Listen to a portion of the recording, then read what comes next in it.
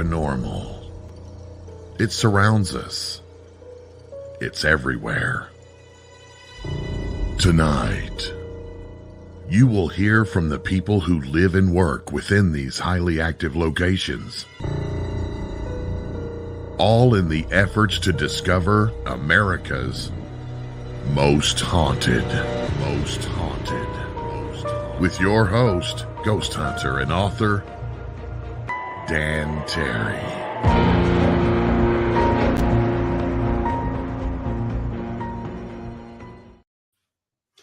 Good evening, boys and ghouls, and all you creepy creatures that crawl through my nightmares like that little girl in the well crawling out in the ring. Okay, just scared myself, sorry. Hey, I am Dan Terry, your ghost host with the most haunted, and we are going to have a good one tonight. I want to introduce you. You know, I've been doing a lot out here in the mysterious mountains of Mount Airy, but now we've got to go back to my old stomping ground of Missouri and Kansas. And my guest is Beth Cooper Meyer. And Beth is a native Kansan. I met her last year when I got to participate in the world's largest ghost hunt in Kansas. This particular place was called the Hotel Josephine in Holton. And I'm even wearing the shirt, yeah, like that. But I got to work with her there. She's an outstanding author and researcher. She really got interested, apparently, with the albino ghost of North Topeka, which I've heard that story, but I can't wait to hear her part of it. She is the author of Ghosts of Kansas, which has been in my library for a couple of years, and a couple other books. And PBS, Public Broadcasting, did a TV series based on her books called Plainspirits. So, without further ado, let's talk ghosts with Beth Cooper. Hi. Hey, Beth. I like that shirt. Well, thanks. I had to have it for this show. Fantastic. Hey, it's good to see you again. It's been, oh my God, 6-8 months since we worked together. Yeah, that's right. I think it was last October when we did the big event at the Hotel Josephine. Yeah, they managed to get to Vegas on that. I don't think they won anything, but we sure had some incredible experiences there. Yes, we did. And it was a great crowd, a great night, very spooky evening with some thunder and lightning. And we had an amazing time. I know that we picked up a lot of EVPs, and I think there was even some video footage, if I remember right. So it was a great evening. Well, we got some with your partner. What do they call that machine that has the digital outline of the spirit? You know what I mean? I do know what you mean, but the name is escaping me right now. And the spirit was standing next to me and hitting me over and over again. I know I called him a coward, but come on, let's let bygones be bygones here. I know, that was crazy. And then the things jumping up and down in the basement. Oh, yeah. So much activity there. And the Hotel Josephine, of course, is very historically significant to Holton. And there have been celebrities who stayed there. It was an important stop from the railroad station. And with that type of history, of course, there's going to be paranormal activity. And we did a ghost tour of Holton, Kansas, and that's how we basically discovered the Hotel Josephine. That's got to be the most haunted place there. Yeah, absolutely. And the staff told us about all these experiences, and I've stayed there and I've had experiences. Oh, okay. So it's serious business at the Hotel Josephine. They are doing an outstanding job of using that to get attention and to get people to come in, because they've had guys from ghost hunters there. Yeah. They've had all kinds of the celebrity ghost people. Yeah. So they're doing a great job. It's definitely a tourism destination now. And I'm really happy for them. And of course, they're wonderful people, and it is a wonderful place to stay.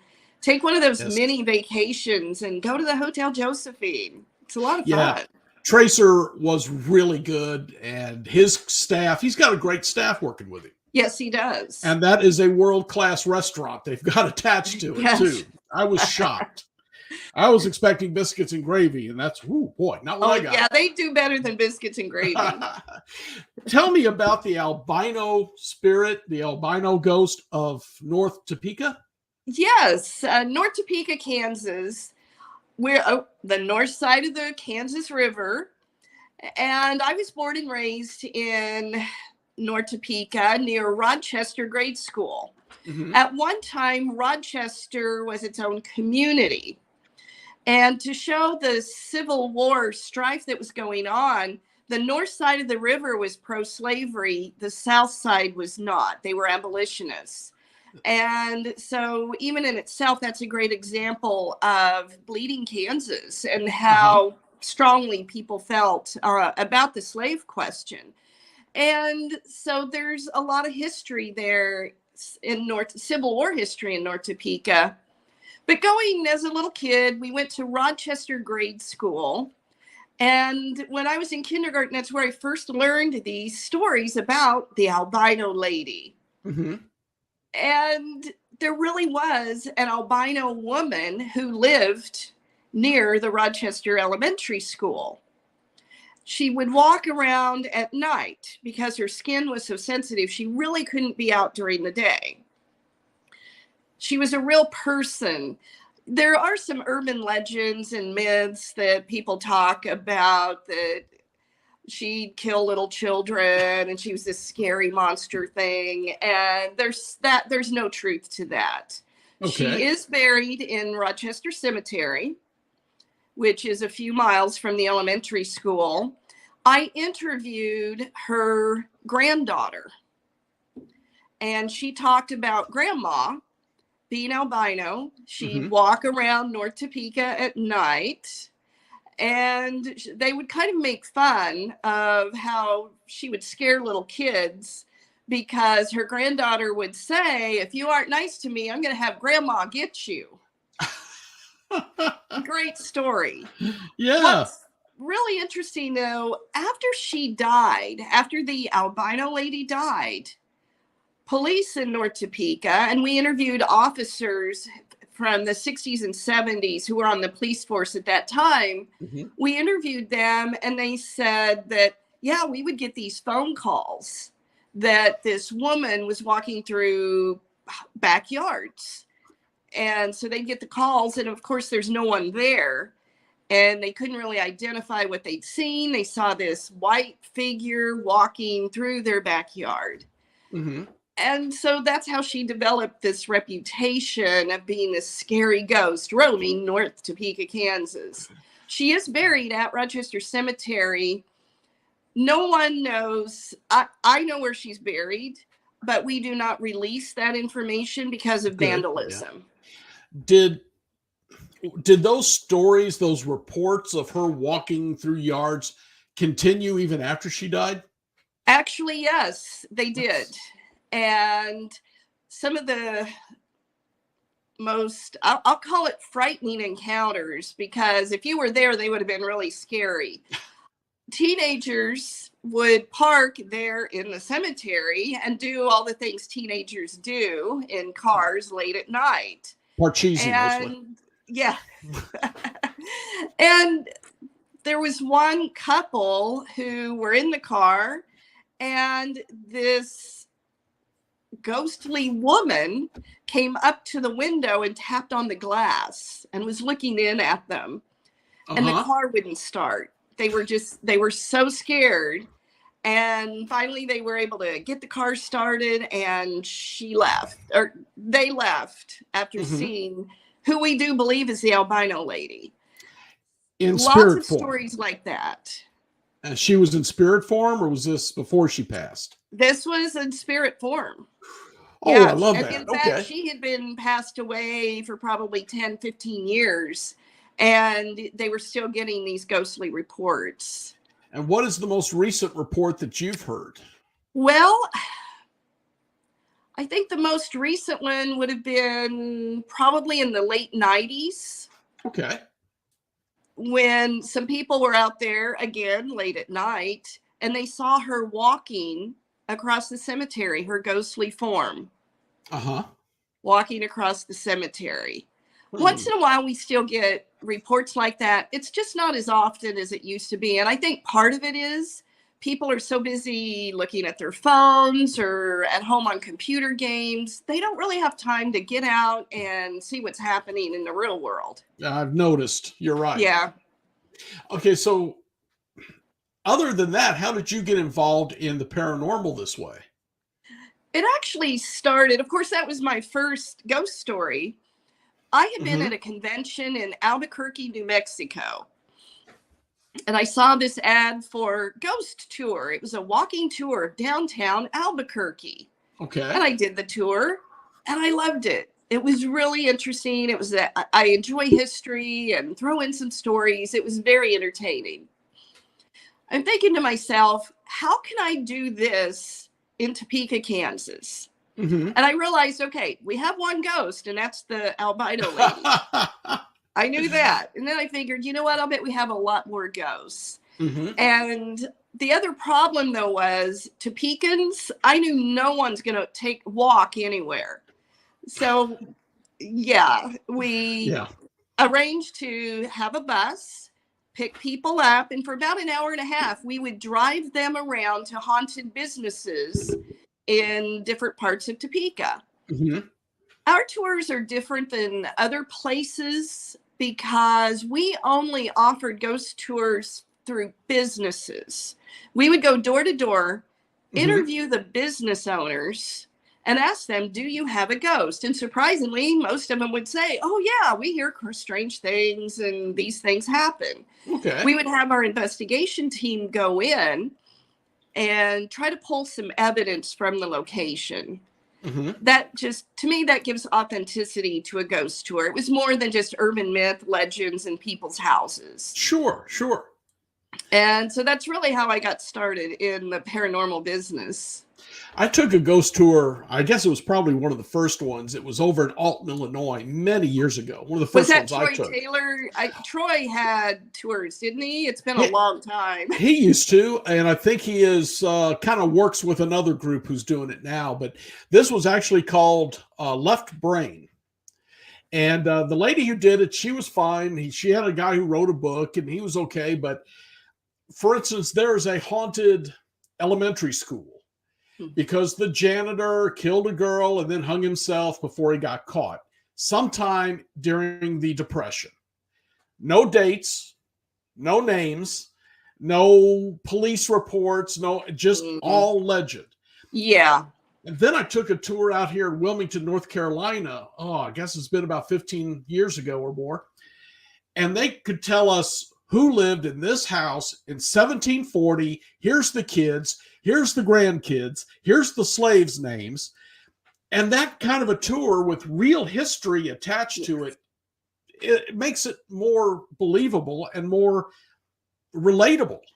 It does. And quite frankly, it's educational. Not everybody knows that Topeka was founded in 1854, 56, and that these things happened in Holton when it was in its early times. And the history, to me, the history is probably more important than the ghost story. Ghosts are everywhere.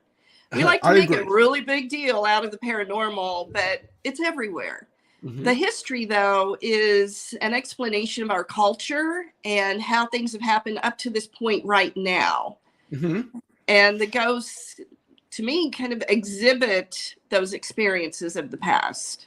Well, without the history behind it, it's a campfire story. We might as well be talking about the escapee from the insane asylum with a hook on his hand. It's nothing without the historical backup. I was on a tour in, it's here in North Carolina, Beaufort.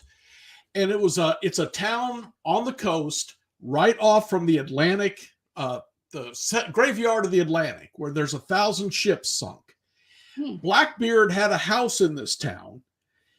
And this guy could not just say, well, we know that in the 17th century, it was in 1695, this happened right here with this person. It brings it to life. It makes it real. I can relate to these people. And I'm sure your tours was the same way. You had the names of Yes. the people and the dates and what happened. Yeah.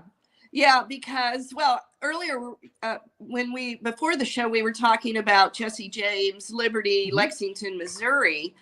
And Jesse James actually, we had heard that he had spent time in Kansas, that he was hiding out in barns near Council Grove, Kansas. And Really? so it really connects the history of all of these places. Wild Bill Hickok had a ranch, a farm near Shawnee, Kansas, and he ends up out in Dodge City and Wichita. And so all of the stories were connected. That was one of the most amazing things about doing. We had about 30 tour cities. And that was one of the most amazing parts of all these tours, is how it was, there's these threads that were all woven into the stories. You had done more, though, in Holton than we did the night that we were there for the world's largest ghost hunt. You'd been in there before. Yes, we have done investigations there at the Hotel Josephine before. And actually, there's a location in Holton. It used to be a bed and breakfast. Now it's a private home. We would do events there. Oh, really? And that was the first time it used to be called the Holton House. It's no longer it's a private home. I think I've heard of that. Yeah, it's in the book. Okay. Yeah, and at the Holton House, that is the first time our investigation team had picked up an entity on their thermal imaging camera. I have never had any luck with those myself. I've seen it a few times, but I actually just prefer, I guess I'm kind of old school, just EVPs, just keep it simple. Right. And, but yeah, I know fancy equipment makes a lot of fun, but sometimes keeping it simple helps us get more information, I think. Okay. But yeah, that was their first thermal image, and it was right there. It was just boom. And in the hallway or in one of the rooms? No, it was actually in the elevator. It used to be a funeral home, a mortuary. Oh, wow. And it was in the elevator that would take them from the main floor down to the basement where they would prepare bodies. Oh, my. Yeah. Yeah. So that was exciting. No kidding. So somebody bought a funeral parlor, turned it into a bed and breakfast. Yes. Awesome. And now people live there normally. Yeah, that's my understanding anyway. Things may have changed in the past few years, but it was my understanding it was purchased as a private home. Yeah. Wow. I don't know if I could do that. Yeah, I could do that, but I don't know if I would.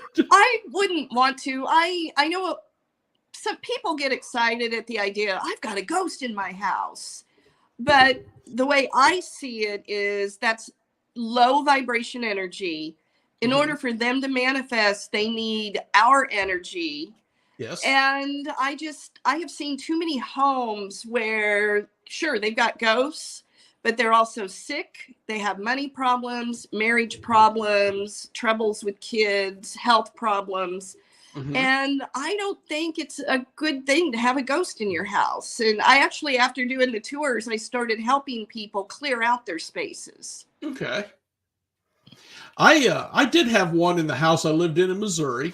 I guess we were there almost 20 years, and he was actually quite helpful. After we got our rules set, me and him had some arguments, but once we got the rules set, like don't touch my money, quit hiding my ATM card, don't scare my granddaughters, it was a lot of fun. So in that case, we did okay with it. We didn't have any problems. But I have seen. Interesting. You set boundaries. Yeah.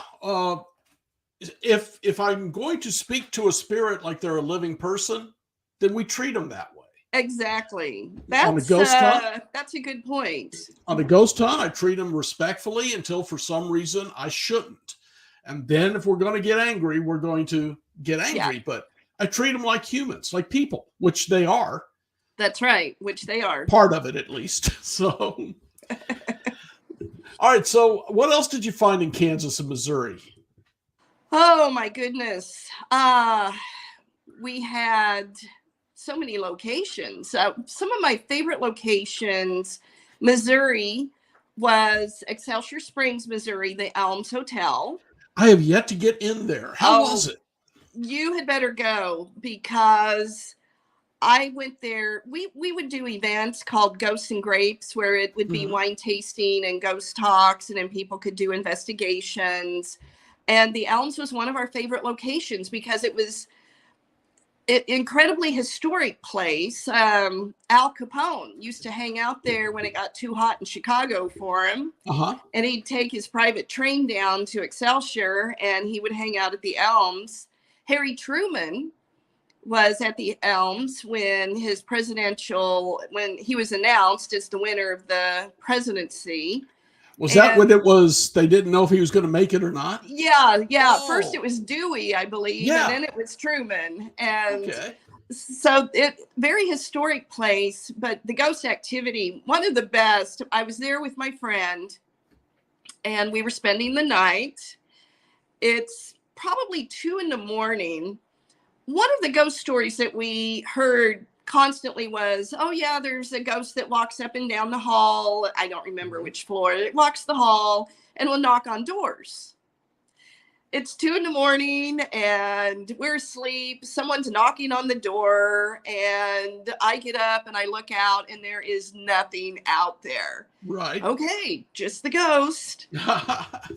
Did you get down to the pool with the gangster that's supposed to be down there? Yes.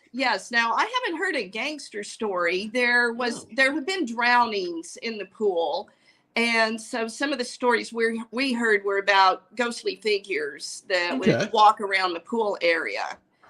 Drownings were pretty common in those days. I'm not sure they knew how to resuscitate people doing CPR, and so it was not unusual to have drownings in swimming pools. Sure. I would love to get into that place, really. Yeah, you should, and it's a wonderful place to go. And then Liberty, Missouri. Now, you've been to the Oddfellows home, which is now the winery. Have you been there yet? No, I have not. Oh. Our investigation team was the first team to go in there. And here's my favorite story from the winery. So they purchased the Oddfellows building, which had been the orphanage, poor farm, insane asylum for the county. And then a dentist purchased the building to create this winery outside of Liberty, Missouri. Yeah, that's Benoit. I can't pronounce it. It starts with a B. Yes, it does. I'll think of it here in a minute. Belvoir. Yeah.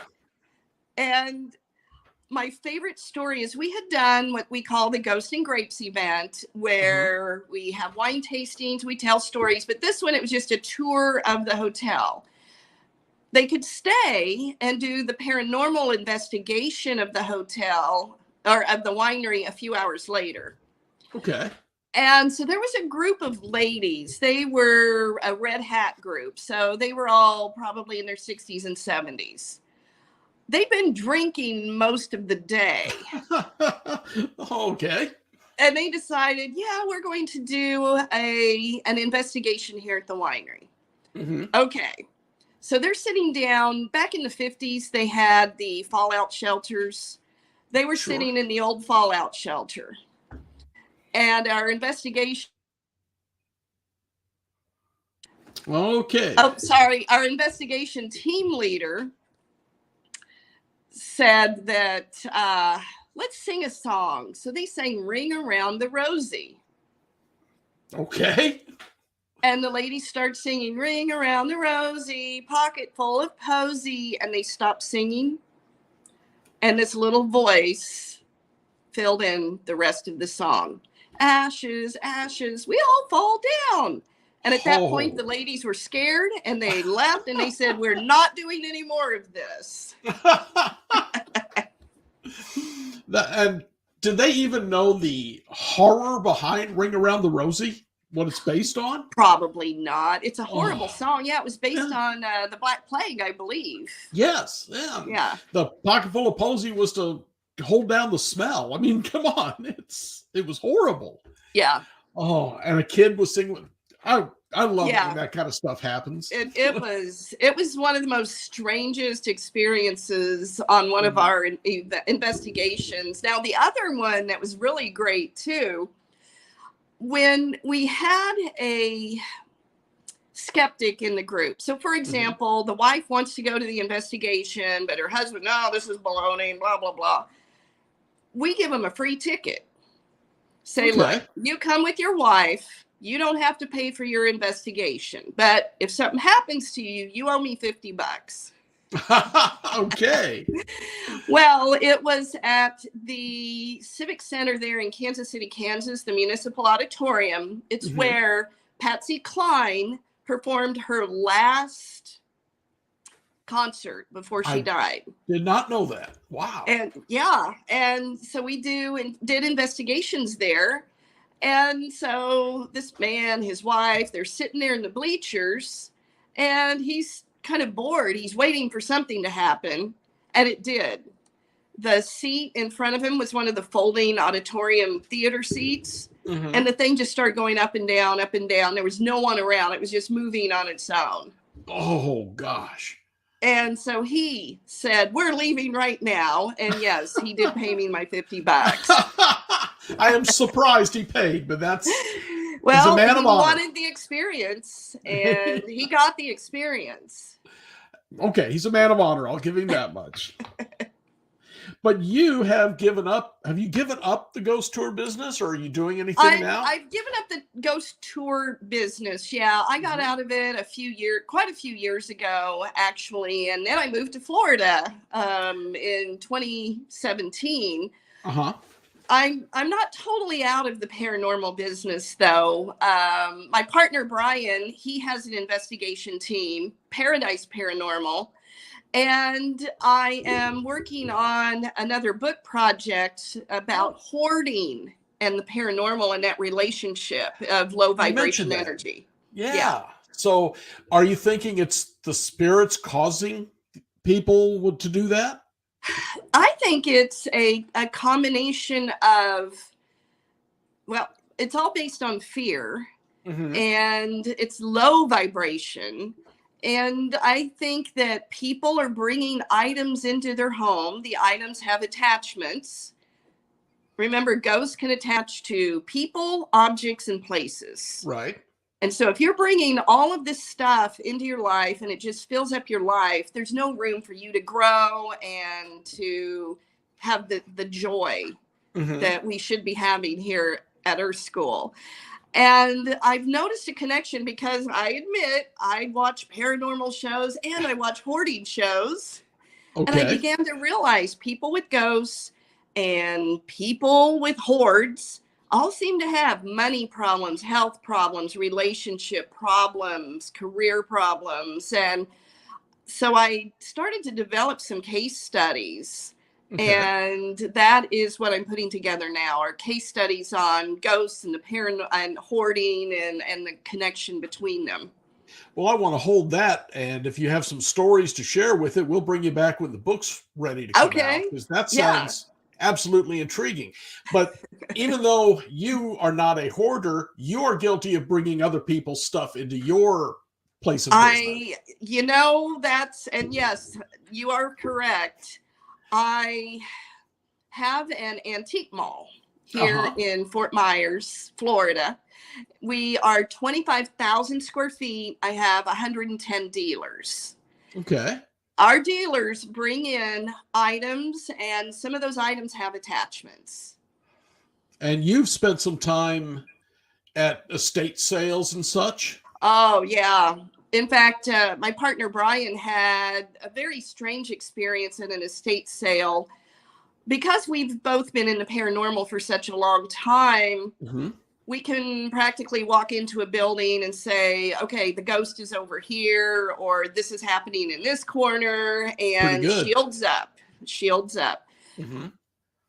We went to an estate auction outside of Fort Myers, and we pull up, and I'm saying, no, we shouldn't even get out of the car. But they had so much good stuff.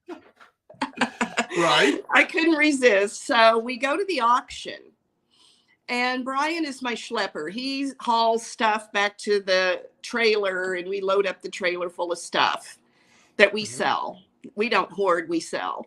Okay. And he came up to me, and he had these 3, it was just like this, 3 scratches across his forehead. I was like, oh, wow, what happened? Did you fall or did you hit a branch? What happened? He says, no, I don't know what you mean.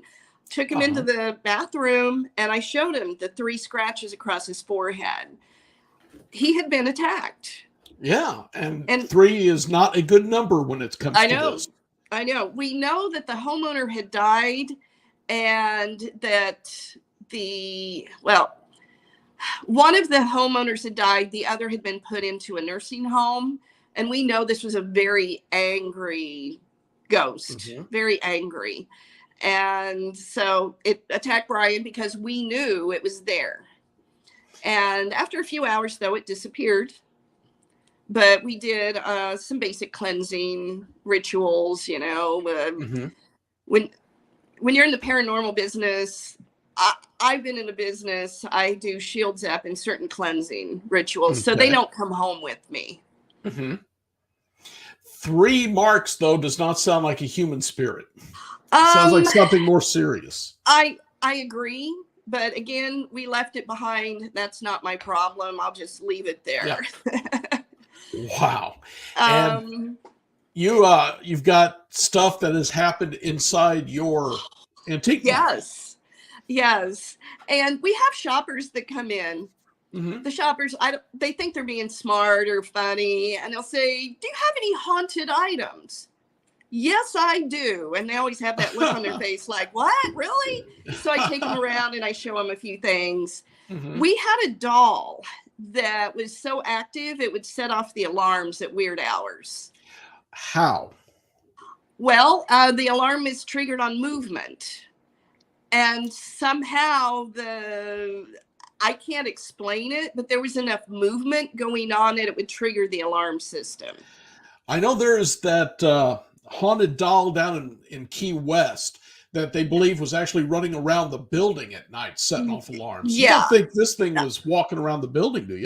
Well, we didn't see it. We have security cameras. Okay. But quite frankly, a lot of times things happen and they don't show up on the cameras. Okay, that's reasonable. Again, I have no explanation for a lot of things that happen. Luckily, when this person came in, hi, do you have some haunted? I said, yes, I have the perfect doll for you. And they bought it? And they bought it. I don't know. I'd be hard pressed to do that, but okay. Can you imagine living in a house full of haunted items? It'd be noisy. No, I really can't. That's not my thing. I go, I investigate. I've had some come home with me, but they go back. You know, I don't want them in my life all the time. Exactly. And recently at the store, staff has seen an entity walking down the hallway. Really? But not on the security cameras? Not on the security cameras. Okay. These are staff who they aren't believers, but they still see stuff happening. And it's enough that, someone's still in the store. I'm going to go tell them we're closing soon. Right. And there's nothing there. So the most recent incident, though, I think you were going to run the video. You want me to run the video and then you can explain it? Sure, let's do that. All right. Race, can you hit that for me?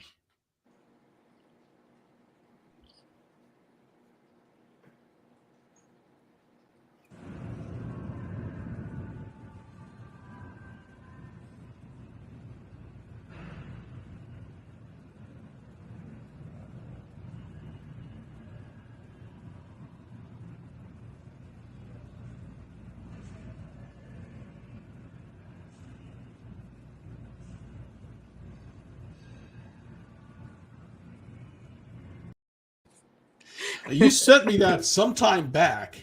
I did. I see it not just tipping over, it's actually moving forward like it's being pushed, and then the back end flips up. Is that what you're seeing? That's exactly what happened. And it was, well, first, people need to understand ghosts don't just come out at Halloween at midnight. Or full moons or whatever, yeah. A lot of the TV shows, they only do their ghost hunts at night. Paranormal activity can happen at any time, anywhere. This was about 5 o'clock in the afternoon, and I had one employee behind the counter, and Mason, who has that booth where the horn fell. He was out just walking the floor, keeping an eye on customers, seeing if anyone needed help. And from the back, it looks like it kind of gets lifted a little bit, and then it's pushed forward, and then it flips down. It did not roll side to side. And so Mason demonstrated that later.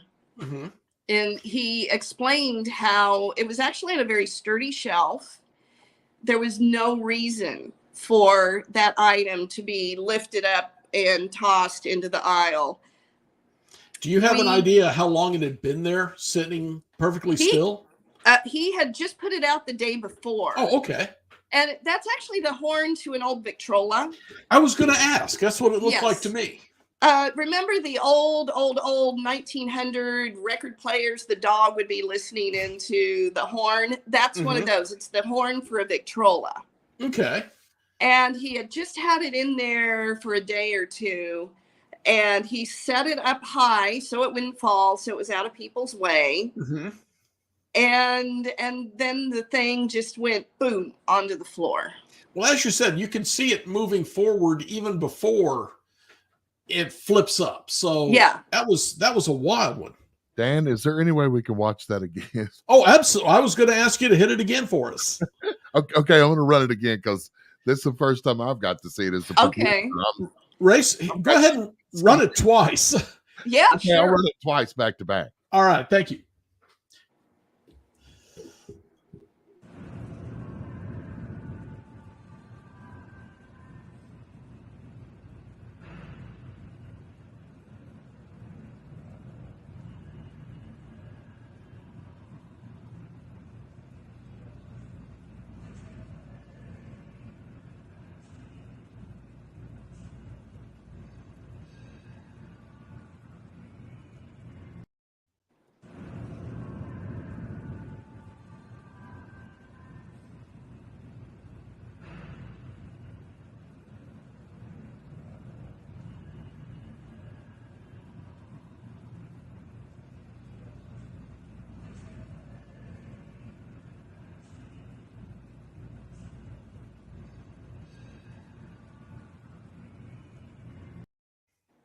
I was at work when you sent me that, and I'm sitting there watching it, and it's like, okay, I have got to get back to a computer. I got to see this big. It ain't working on my phone here.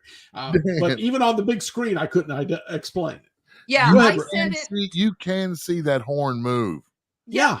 You can. Yeah. That's it was amazing. Moving forward and kind of lifted, and I sent it to Dan. I sent it to you. And I sent it to Lee Ehrlich, who is one of the lead investigators here in Southwest Florida. And neither one of you guys could come up with any explanation. I certainly couldn't come up with an explanation because there were no people anywhere around that space. The only person nearby was my staff person at the cash register up front. Mason was walking around in the back, and you can actually, there's a later video, I didn't send it out, but he's walking down the aisle, he's got his hands in the air like, what's this? Because there's his horn laying in the aisle, and he went to see what was the big noise, and there it was. Well, I sent it to a couple other investigators myself and said, what's your opinion? And they both said the same thing. It was moving before it flipped up. Yeah. And you could see it moving in a straight line. It wasn't sliding off. It was moving in a straight line. So everyone thought the same thing. This one's real. This is awesome. Yeah. That was an authentic piece of evidence that was, well, totally unexpected. Totally unexpected. And so it was a surprise. I think you've got the second video of Mason actually explaining and demonstrating. Race, would you play that one for us, please? Your name? My name is Mason, and this is my phonograph horn. This is a horn off of a cylinder phonograph from the turn of the century, which I brought in at approximately 9:45 yesterday morning and set it right up here on top of this case, since it's a odd-shaped item and difficult to display. Sat up there for about 9.5 hours, 8-9 hours. At around 5 o'clock, I heard a crash while I was out walking the floor, and my coworker called me up front, and as I was walking back up to the front aisle, I saw the horn rolling around on the floor. So obviously it had fallen and took a tumble to the ground. What's not normal about that is it didn't fall in the way you'd think it fell. I could see if the doors opened or the AC came on and a big gust of wind blew it off and made it roll that way, but it actually, in the video, you could see something push it off, which is not standard, as there were no customers in my booth or in the aisle at the time. And this is exactly how I had it displayed, and you can see if I shake the case, not going anywhere. So definitely some interesting activity to cause that horn to fall in the video. So he's a believer now. Yes, he definitely is. Anything else? I mean, you said you have people, your people see folks walking down the aisles in there? Yeah, that happened. That's happened twice now. Mm-hmm. And it's not unusual for staff in the morning to hear voices. And sometimes the cameras, our security cameras, detect motion and movement, and it might detect movement in an area where there's nothing there. Okay. There is nothing going on. And so things do happen. And it's simply because I believe the entities are attached to objects in the store. Then would it be safe to say you have spirits coming and going as people buy the stuff and move and more stuff comes in? Yeah. And I do sage the store on a regular basis just to keep activity calm and cleanse the space. Would you like to tell people how they can find it? Because I'm sure people are going to want to come see this now. See this. Talk to you about it. We are located, it's paradisevintagemarket.com. We're on Facebook, Paradise Vintage Market, and we're located in Fort Myers, Florida. Come down and see us, especially in January, and Kansas can get pretty cold and windy. So does North Carolina, and I've got a pool. We'll have to get back down there sometime. Yes, and I got to work with your partner when we was at the Hotel Josephine, and he was an outstanding ghost hunter. I want to get him on the show soon. Yeah. He's very quiet, very intent, and he really stays focused. You won't see him getting excited over stuff. He stays focused. I don't know. He was getting a little high voice when that thing was trying to hit me. So I think he was enjoying that. Yes, I remember that. Okay, you're right. But hey, that was Hotel Josephine. Incredible haunted place. And we'll probably be back up there again this fall. And actually, I may have another location to visit near Topeka. So we're also looking at that project.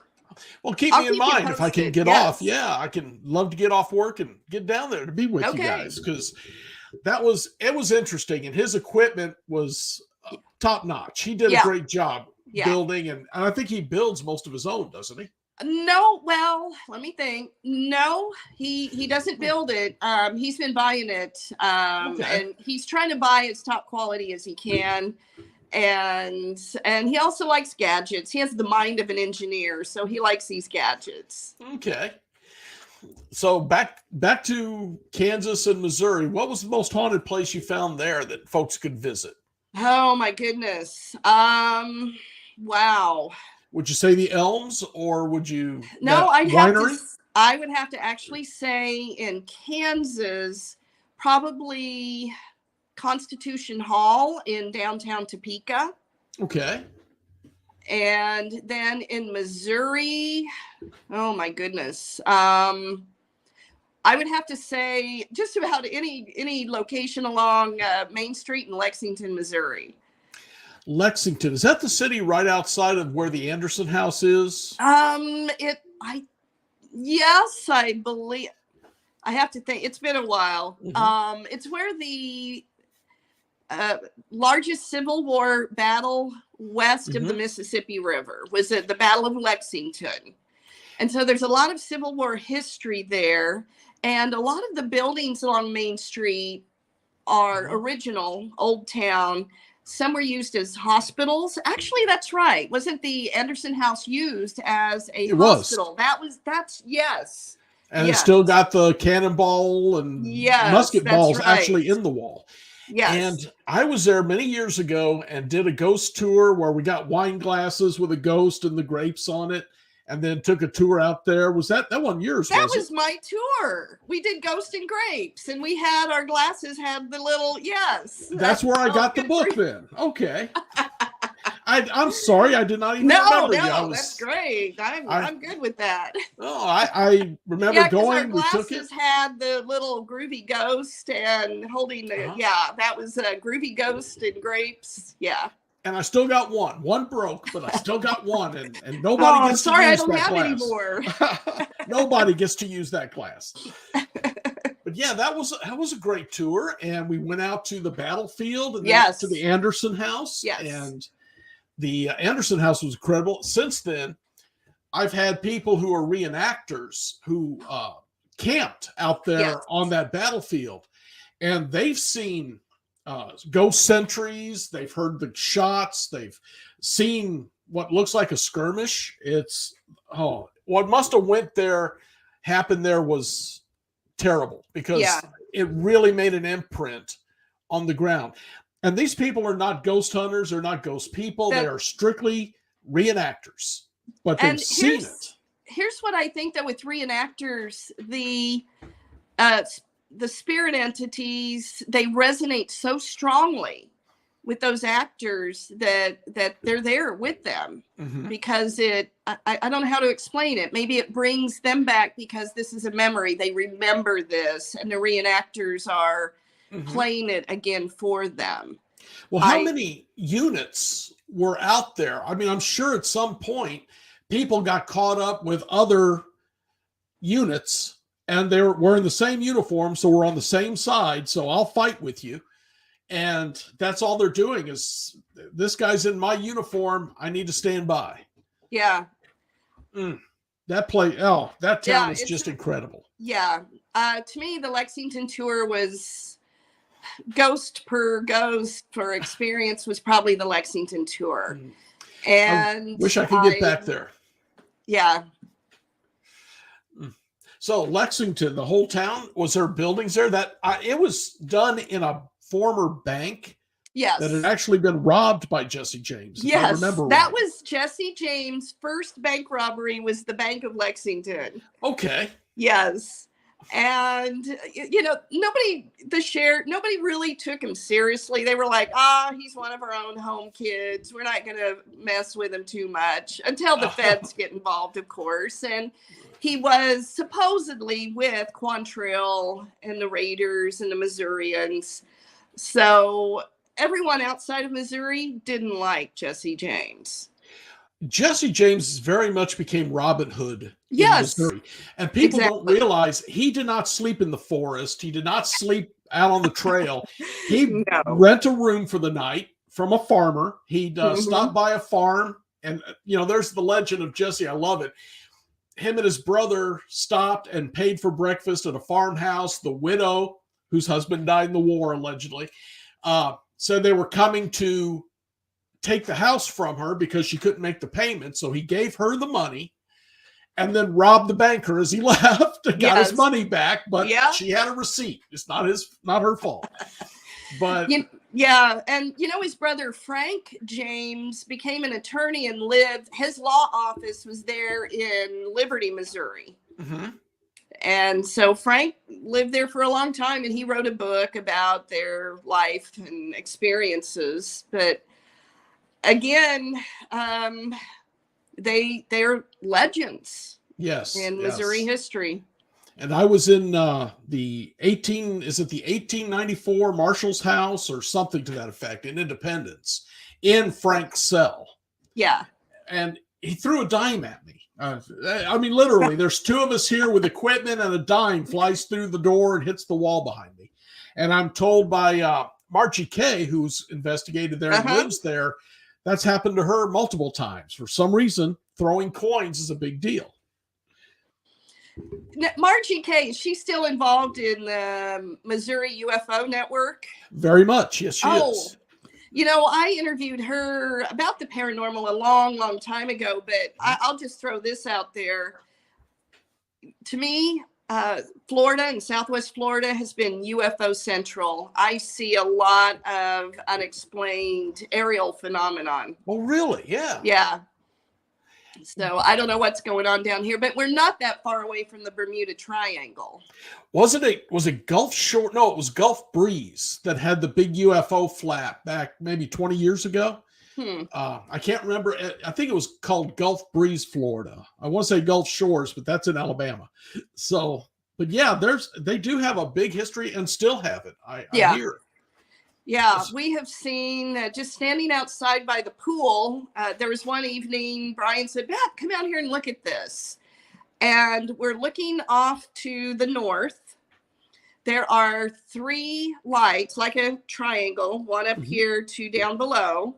3 lights just sitting there. And they're red. 3 red lights. They're just sitting there. And the 2 on the bottom take off and disappear, as in they're gone. And then the one up at the top, then it was just gone, disappeared. And my friend and I went to Key West, and we saw one there near our hotel. We're just looking out over the water, and there's this light, and it's just sitting there. And then it just disappears. I love it. That's cool. Okay, so how can people find out more about your books? Where can they order them? And you've got 2, actually, right? I believe that you can order them off Amazon.com. And I know that if you're in Topeka, the Kansas Museum of History, they have some in their bookshop. It used to be Barnes and Noble used to have them, and they probably still do, because both Schiffer and Arcadia are major publishers. And so I'm sure the books are still available. Or they can contact me and I can ship books to them. I sell them at my store. Okay. And how can they get hold of you, maybe to order an autographed copy? They could go ahead and text me or send me an email. That would be fine. I'm on Facebook, and that's my Facebook handle is Beth Cooper Meyer, Meyer. Okay. And you've got 2 books, I believe, or more. 2 books, and then the Plainspirits TV show. And yeah, that's right. You even have copies of that you can sell, right? I do, and I believe you can download the Plainspirits TV show off the internet. Go to American Public Television or PBS or your local PBS station and do a search, and it should come up. Do you have any events coming up in the near future, or are you still holding off for October? I don't have anything going on right now, but yes, I do plan on being in Topeka in October. Again, we're looking at another location, and I'm not going to give any information about it yet, but at the time we were doing ghost tours, we were not allowed to go into the location, but we might be able to do that now. So I'll keep you posted, because I think you would enjoy doing an investigation there. Of course. Tell me about what team do you work with out there? Oh my goodness. Actually, I don't work with any of the teams there. We usually just do our own, you know. Oh, great. No, I thought you'd worked with a team out there. So I used to. That's been a long time though. Okay. All right. Well, Beth Cooper Meyer, author of Ghosts of Kansas, and is it Wichita Haunts? Wichita Haunts. All right. And you're available on Facebook, and your books are available at Amazon. Yes. All right. And thank you for coming on. If you do get this other book about the Hoarding hoarders, and the paranormal, yeah. Oh, yeah. Let me know, because I want to bring that on. All right, will do. All right. Well, thank you so much. I've enjoyed this. Always Well, nice to talk to you. It is. It's been too long since we got to chat. Yeah. Like I said, 6-8 months now. Yeah. So we got to do this more often, but please tell your partner I want to get him on here too. All right. I'll let Brian know. I liked working with him. He was awesome. Yeah. All right. Thanks a lot, Beth. Take care. Thank you. All right, folks. Well, you got to hear the stories. Kansas is an incredibly, amazingly haunted place. My friends with, Road Trip Paranormal are doing things in Dodge City and in a couple other towns, public ghost hunts. If you're in Western Missouri or in Kansas and you're into ghosts, these are the places to go, friends. This is incredible. And of course, we've got our own work going out right here with the UNX Network. And I wanted to tell you a little bit about that. I've got to unplug that thing. Every time I say UNX Network, Alexa comes on. Thank you. Sorry, I don't know that one. But anyway, I'm not quite sure how to help you. Alexa, stop. It's worse than a ghost.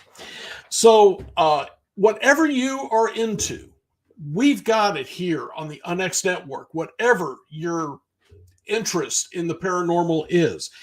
UFOs, we have got, I mean, seriously, guys, the grandfather of it all. Whitley Strieber's Dreamland is on our network, on UNX Network.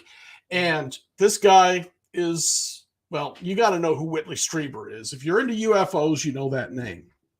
Also, Somewhere in the Skies with Ryan Sprague. Wow, incredible.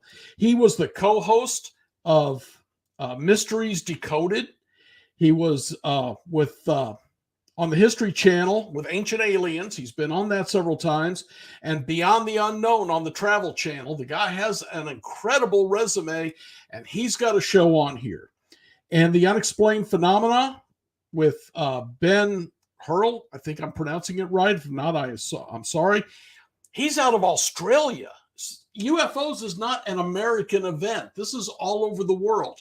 And the producers here, Margie and Race, they are bringing these people in from all over to talk about it. If you're into ghosts, okay, you got me. What more is there to say? But seriously, Paranormal Now with Alan Smith. I interviewed Alan B. Smith before his show came on. That guy, he's probably forgotten more than I know. He's really on top of things there. Was the co-producer, and I saw this video he shot called Sounds of the Dead, EVP. And if you're into EVPs, check that one out. That was awesome. We've got Entity Voices and the Paranormally Blonde girls. They are really top-notch when it comes to ghosts and all of that. And if you're into cryptids, you got Sasquatch Tracks with Micah Hanks. And Micah Hanks is, again, if you know anything about the paranormal, he does not need an introduction. The man knows his stuff. So if you're into ghosts, into paranormal, into any of this, check out unxnetwork.com. Watch some of these shows, and you'll love it. If you've got friends who's involved, let them know about it, because if you're into the ghosts or into UFOs or cryptids or conspiracies or anything else, we've got it all. So for now, I'm going to sign off with my normal thing. You all stay spooked.